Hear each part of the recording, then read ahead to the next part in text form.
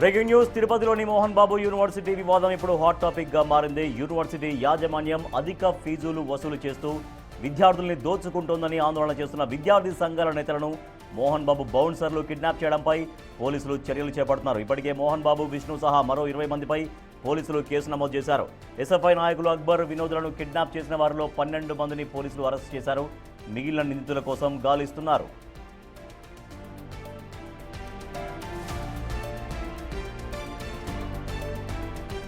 అయితే విద్యార్థి సంఘాల నేతలను కిడ్నాప్ చేయడంపై విద్యార్థి సంఘాలు ఆగ్రహం వ్యక్తం చేస్తున్నాయి. మోహన్ బాబుపై చర్యలు తీసుకోవాలంటూ ఏపీతో పాటు తెలంగాణలోనూ పెద్ద ఎత్తున ఆందోళనలు చేపట్టారు. దీంతో మోహన్ బాబు అలర్ట్ అయ్యారు. వివాదాలపై ఏపీ హైకోర్టును ఆశ్రయించారు. మోహన్ బాబు తిరుచానూరులో తనపై నమోదైన కేసును క్వాష్ చేయాలని పిటిషన్ దాఖలు చేశారు. అయితే పిటిషన్పై ఇవాళ విచారణ జరగనుంది. విద్యార్థి సంఘాల నాయకుల కిడ్నాప్ వ్యవహారంలో మోహన్ బాబును A2గా చేర్చారు తిరుచానూరు పోలీసులు.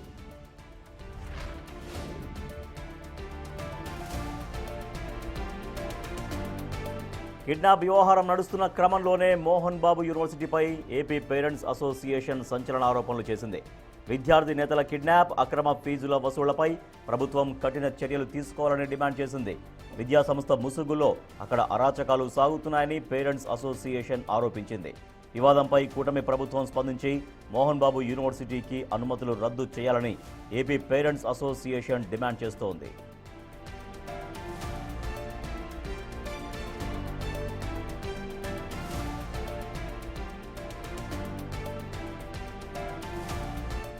ఇదిలా ఉంటే విద్యార్థి సంఘాల నేతలపై తిరిగి ఫిర్యాదు చేసింది మోహన్ బాబు యూనివర్సిటీ యాజమాన్యం. 15 లక్షలు ఇవ్వకపోతే యూనివర్సిటీ ప్రతిష్ట దిగజారుస్తామని, విద్యార్థి నేతలు తమను బ్లాక్మెయిల్ చేశారని ఫిర్యాదులో పేర్కొన్నారు. మరోవైపు వివాదంపై హోంమంత్రి అనిత స్పందించారు. విద్యార్థి సంఘాల నేతలతో ఇవాళ సమావేశం కాబోతున్నారు. తన వద్దకు రమ్మని ఇప్పటికే విద్యార్థి నేతలకు హోంమంత్రి అనిత పిలుపునిచ్చారు.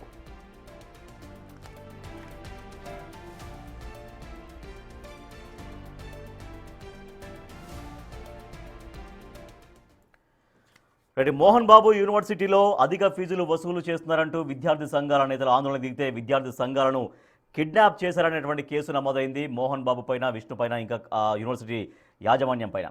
సో మరోపక్క ఇవాళ హోంమంత్రి అనితతో విద్యార్థి సంఘాల నేతలు భేటీ కాబోతున్నారు. మరింత సమాచారాన్ని మా ప్రతినిధి దామోదర్ అందిస్తారు. దామోదర్, విద్యార్థి సంఘాలు హోంమంత్రితో ఎప్పుడు భేటీ కాబోతున్నారు? సో యూనివర్సిటీలో అధిక ఫీజులు వసూలు చేస్తున్నారన్నటువంటి ఈ ఆందోళన విద్యార్థి సంఘాలు ఇంకా మరింత ముందుకు ఎట్లా తీసుకుపోతామని చెప్తున్నారు వాళ్ళు? రాజేష్, గత 2 రోజులుగా ఏదైతే విద్యార్థి సంఘాల నేతలను ధర్నాకు వెళ్తుంటే కిడ్నాప్ చేయడం, ఆ తర్వాత జరిగిన పరిణామాల నేపథ్యంలో నిన్న 12 మంది ఏదైతే మోహన్ బాబు విద్యా సంస్థలకు సంబంధించిన బౌన్సర్లతో పాటు పిఆర్ఓ సతీష్ ను కూడా పోలీసులు అరెస్ట్ చేసి నిన్న రిమాండ్ కి తరలించారు. వీరితో కిడ్నాప్ తో పాటు హత్యాయత్నం కేసులు కూడా నమోదు చేసిన పరిస్థితి. మరోవైపు ఈ కేసు కిడ్నాప్ కేసుకు సంబంధించి ఇటు మంచు విష్ణు, మంచు మనోజ్లను కూడా A2, A3లుగా చేర్చడంతో మోహన్ బాబు హైకోర్టును ఆశ్రయించాడు. ఈ రోజు దాని మీద విచారణ కొనసాగనుంది. మరోవైపు హోంమంత్రి అనిత ఎవరైతే కిడ్నాప్ కు గురయ్యారో అటు అక్బర్ తో పాటు వినోదులను తన వద్దకు రమ్మనింది. ఈ రోజు వారు హోంమంత్రిని కలవనున్నారు. మరోవైపు ముఖ్యంగా ఏదైతే విద్యార్థి సంఘాల నేతలతో పాటు ఇటు రౌండ్ టేబుల్ సమావేశం నిన్న తిరుపతిలో జరిగింది. ఈ సందర్భంగా ఇటు మోహన్ బాబు విద్యా సంస్థల గుర్తింపు పూర్తిగా రద్దు చేయాలంటూ కూడా డిమాండ్ చేశారు. విద్యార్థుల నుంచి అధికంగా ఫీజులు వసూలు చేయడంతో పాటు దాడులకు కూడా పాల్పడుతున్నారు. గత ఏడాదిగా ఈ విషయం మీద పలు విద్యార్థి సంఘాలు పోరాటం చేస్తున్నాయి. మరోవైపు అటు ఉన్నత విద్యా మండలి సైతం జరిమానా విధించింది. దీంతో పాటు కొన్ని సూచనలు కూడా చేసింది. ముఖ్యంగా మోహన్ బాబు విద్యా సంస్థల యొక్క గుర్తింపును రద్దు చేసి ఎస్వి యూనివర్సిటీ అండర్టేకింగ్ కిందగా నడిచే విధంగా చర్యలు తీసుకోవాలంటూ కూడా సూచనలు జారీ చేసిన పరిస్థితుల్లో ఈ విషయం మీద ప్రభుత్వం వెంటనే కఠినంగా చర్యలు తీసుకోవాలంటూ కూడా వారు కోరారు. మరోవైపు ఏదైతే ఈ కేసుకు సంబంధించి మోహన్ బాబు విద్యా సంస్థలు సైతం విద్యార్థి సంఘాల మీద కేసులు పెట్టారు. ముఖ్యంగా ఏదైతే 15 లక్షల రూపాయల మేర తమను డిమాండ్ చేస్తారంటూ కూడా చంద్రగిరి పోలీస్ స్టేషన్ లో ఫిర్యాదు చేశారు. అయితే దీనిపైన పూర్తి స్థాయిలో తాము విచారణ కొనసాగిస్తామని అడిషనల్ ఎస్పీ రవిమనోహరాచారి నిన్న మీడియాకు తెలియజేశారు. ఏదైతే నిందితులు బౌన్సర్ల ద్వారా దాడులు చేయించడం, అదేవిధంగా వారిని కొట్టడం కూడా జరిగిందంటూ పోలీసులు చెప్పారు. అయితే ఈ మొత్తం మీద ఈ ఘటనకు సంబంధించి మోహన్ బాబు విద్యా సంస్థలపైన వస్తున్న ఆరోపణలపైన పూర్తి స్థాయిలో హెచ్ఆర్సీకి వెళ్లి తాము ఫిర్యాదు చేస్తాం. అదేవిధంగా సుప్రీంకోర్టుకు సైతం వెళ్లి డ్రీమ్డ్ యూనివర్సిటీ గుర్తింపును రద్దు చేసే విధంగా పోరాటం కొనసాగిస్తామంటూ విద్యార్థి సంఘాల నేతలు చెప్తున్న పరిస్థితి. అయితే మోహన్ బాబు మాత్రం ప్రస్తుతం తిరుపతిలోనే ఏదైతే రంగంపేట దామోదర్ వాళ్ళు నేరుగా హోంమంత్రి అనితతో విద్యార్థి సంఘాల నాయకులు భేటీ కాబోతారంటే దీనిపైన ప్రభుత్వం చాలా సీరియస్గానే వ్యవహరిస్తుందా? వస్తున్నటువంటి ఆరోపణల నేపథ్యంలో నిజంగా దాంట్లో అధిక ఫీజులు వసూలు చేస్తున్నారనే దానిపైన ప్రభుత్వం ఫోకస్ చేస్తున్నట్టుగా కనపడుతోందా?